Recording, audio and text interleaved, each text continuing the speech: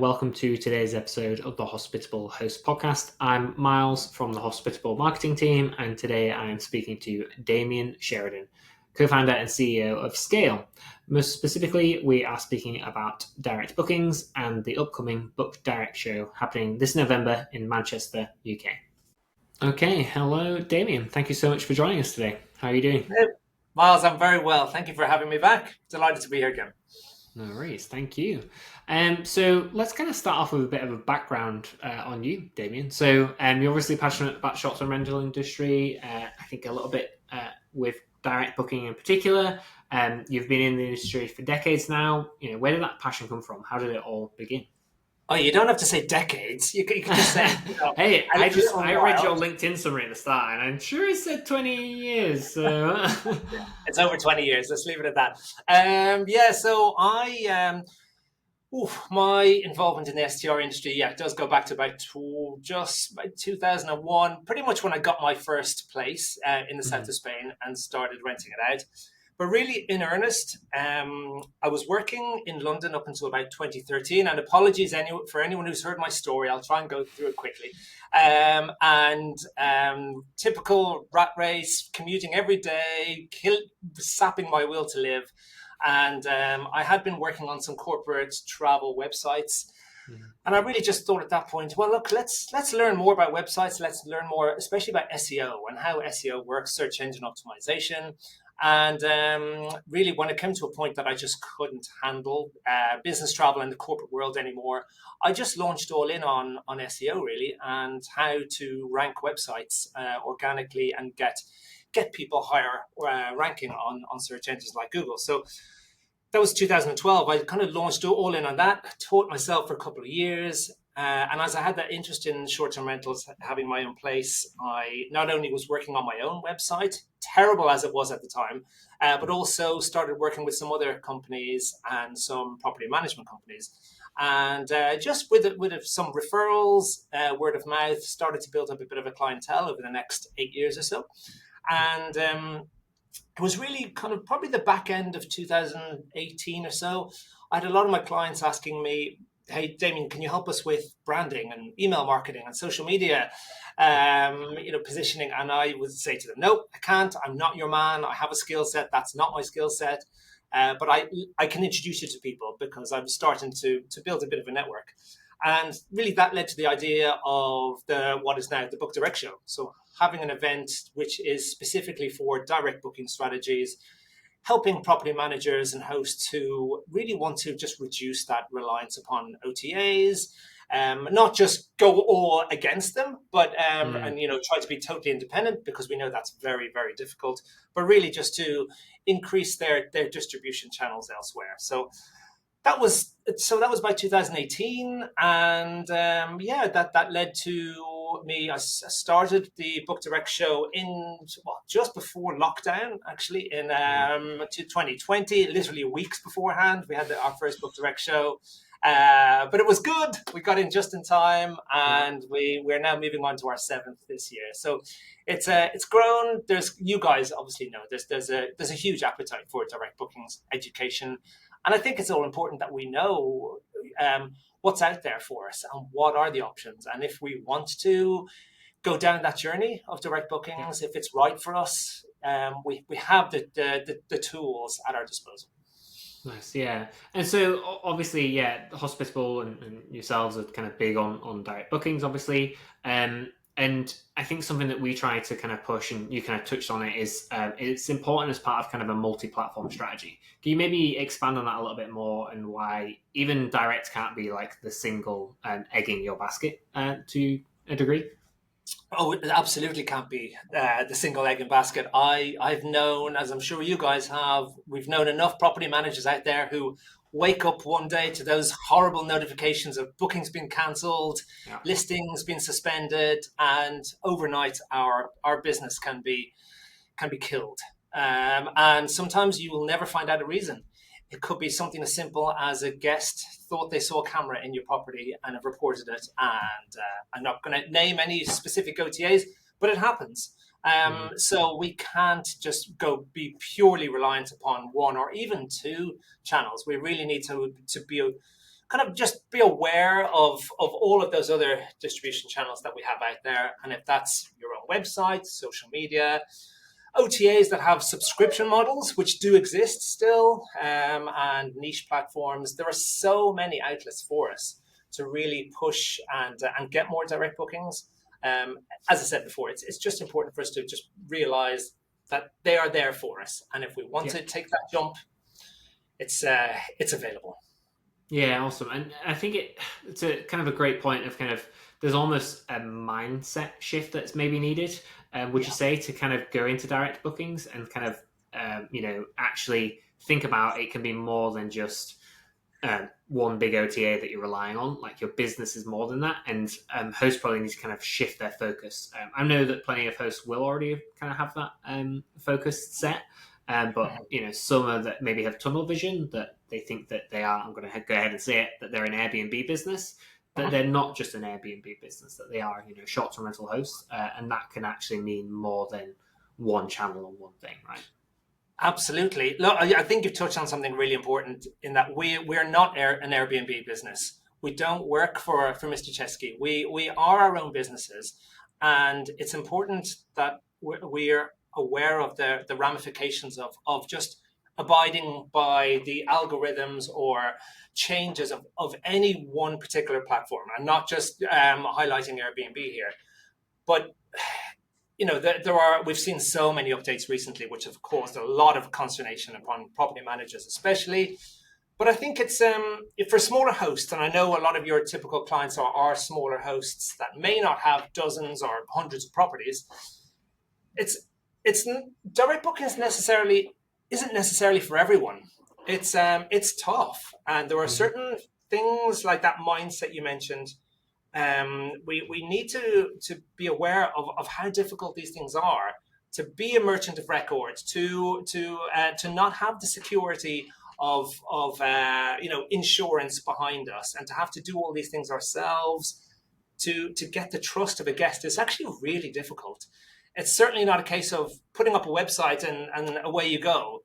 You really have to get that trust, navigate your guest experience, and how easy is it to book, how trustworthy are you as a brand, as a person. It's not for everyone, and quite honestly, I would probably possibly say if you've got one or two properties, it may not be worth the hard work. If you're a hobbyist and this is something that's just bringing you a bit of extra pocket money, then maybe Airbnb or Booking or Vrbo is quite fine. It's not going to kill you overnight if you lose your listings. However, if you go beyond a certain plateau, maybe of 5 properties plus, I certainly think that you should be looking at it. And it's not just about the commissions. It's about the data, having access to all of your guest data, being able to communicate with them in any way you want, being able to send a link, being able to implement your own cancellation terms, taking payment when you want payment. All of these things are outside of your control on other third-party platforms. If you want these things, they're there, they're attainable.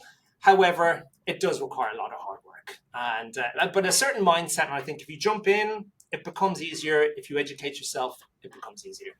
Nice, awesome. I think kind of something that kind of aligns with that as well. It's almost like you said, it's definitely work, but there's also a shift from it's putting it on one channel to just bring you bookings, and then one-off bookings, and then you kind of rinse and repeat almost.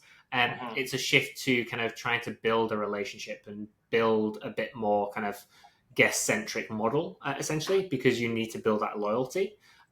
What would you say some kind of practical tips maybe are for kind of building more of that relationship with your guest to build that brand and build the repeat bookings versus that I guess separation that you typically have with an Airbnb guest or a Booking.com guest? I think repeat bookings is probably the lowest hanging fruit in terms of direct bookings for many hosts. We get the bookings in, and that's great, and the OTA is doing a great job for that. But the onus is on us then. If that person is ever coming back to your area, let you and your property be the first place they think of when they're coming back. Now that's not easy. I stayed at a place in London last week, and I put this out on LinkedIn. And an established property management company, might I add, the experience was dreadful. The level of communication beforehand, just sending one automated email the day before, and not coming back to my questions about whether I could check in early. And even the like no sense of trying to get some data from me, like an email address or phone number or anything like that. And also just the actual service, because we're not going to get direct bookings unless we provide a great service. I was there with my family. We had one fork between four of us, two bowls, a filthy, dirty frying pan. Just like there were so many things that I could not believe this property was actually trying to cater for self-catering guests. It was a disgrace, in all honesty. But it happens, and I think our industry has become a little bit transactional in that we get the bookings in and it's like a conveyor belt. Next. And that's great. And, we get the bookings from the OTAs and, they might bring in, thousands, hundreds of thousands, millions per year. But what are we doing to actually harness the relationship with that guest? And for me, the communication and the service we provide is by far the biggest things. But like one email to your guest is not enough. It should be, the point of booking, before the stay, during the stay, and after the stay.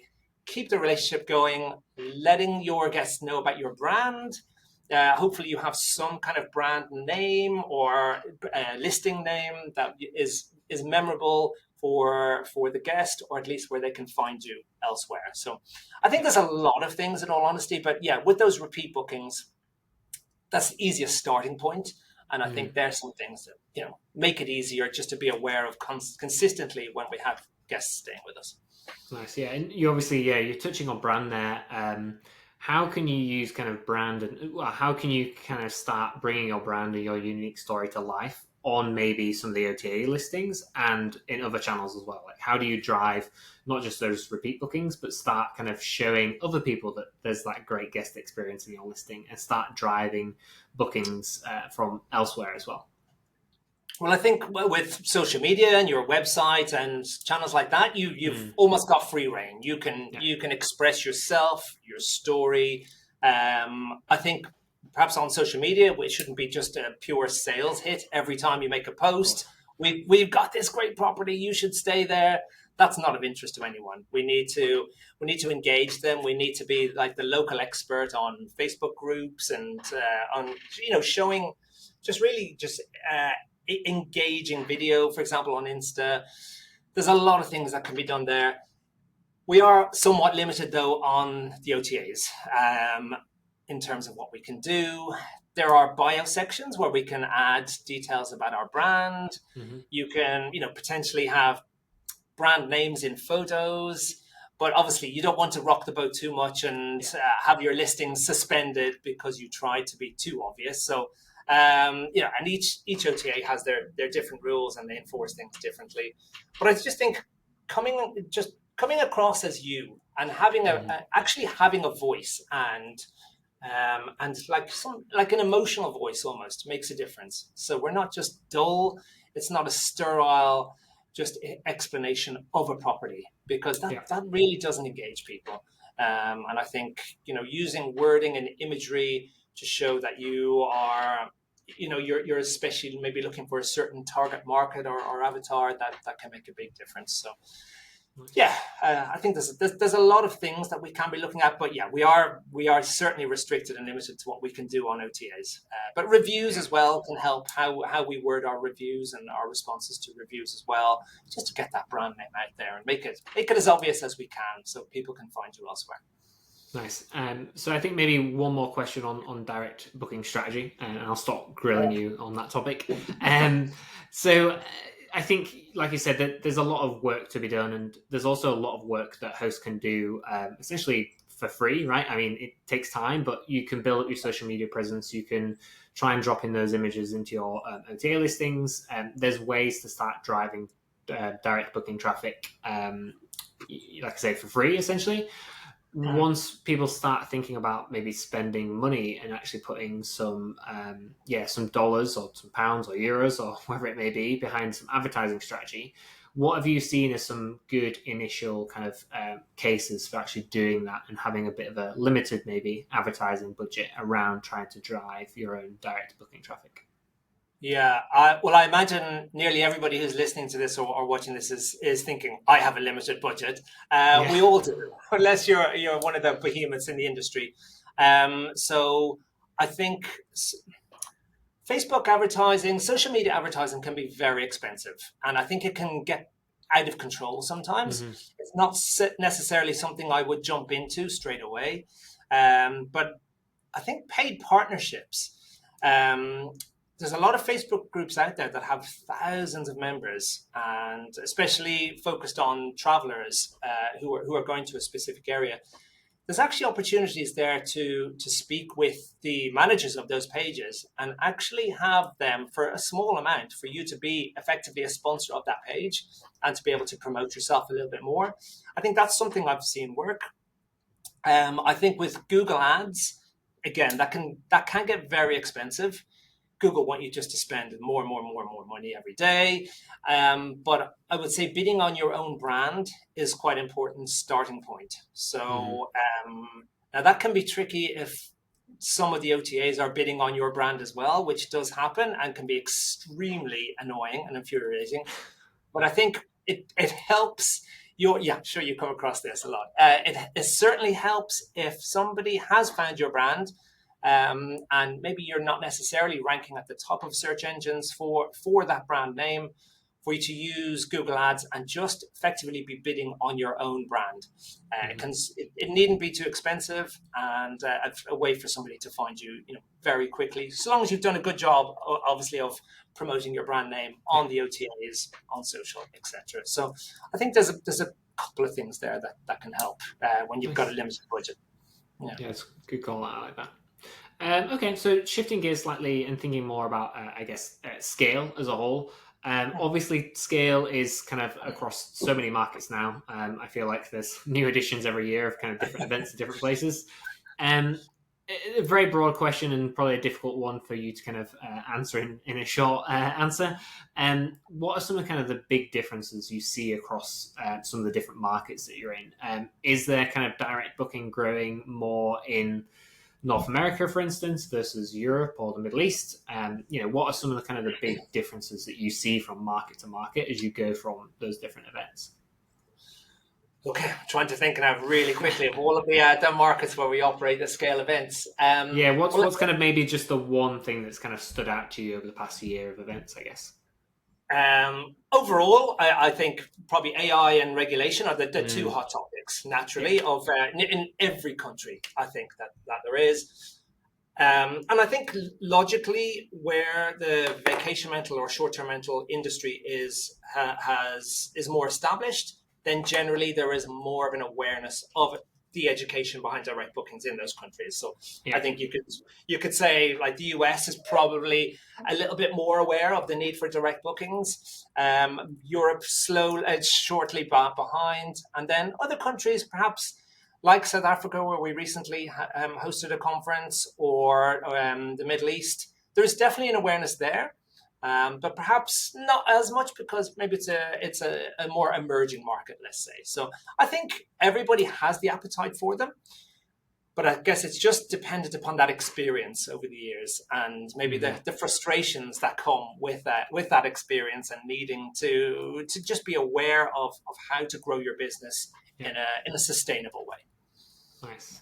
And then maybe another challenging question, but looking at the next, 12 to 24 months, what do you think the biggest opportunity or trend we'll see in direct booking will be? Is AI going to play a big role, for instance?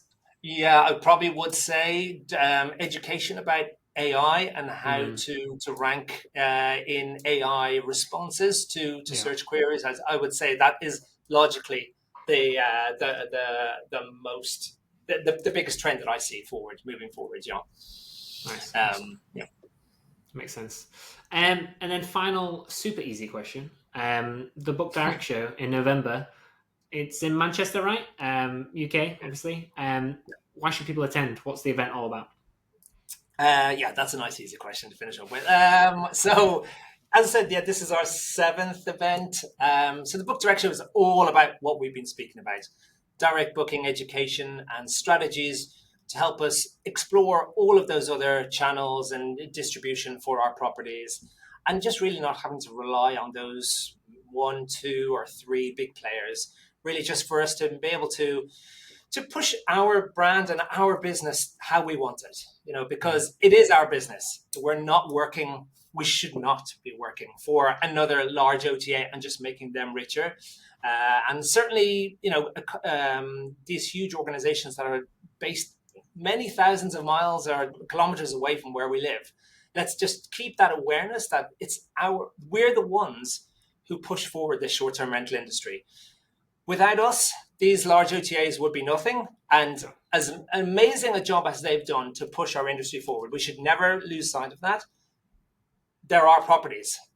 We're the ones providing the great service for guests. We're the one pushing this industry forward. So to a point that it's no longer an alternative accommodation industry. We're mainstream now, and we need to know that. But at the same time, we need to just be aware of just our own responsibilities and really our own capabilities too, because we're stronger together. It sounds corny, but it's true. So come to Manchester in November, and you can mix with a whole lot of people who are like-minded and want to grow their business the way they want to. Nice, love it. We'll obviously drop the link for the event in the show notes as well. So if anyone wants to go and grab a ticket, you can head to the notes in the bottom to find that. Cool. Awesome, Damian. Thank you so much for joining us. Hopefully, cheers, not Miles. Too stressful. Not at all. Nice and easy. Thanks very much, Miles. Appreciate it. Thank you. Thank you again for listening to today's episode. Please don't forget to like, share, and subscribe, and listen out for a new episode dropping very soon. Thanks again, folks.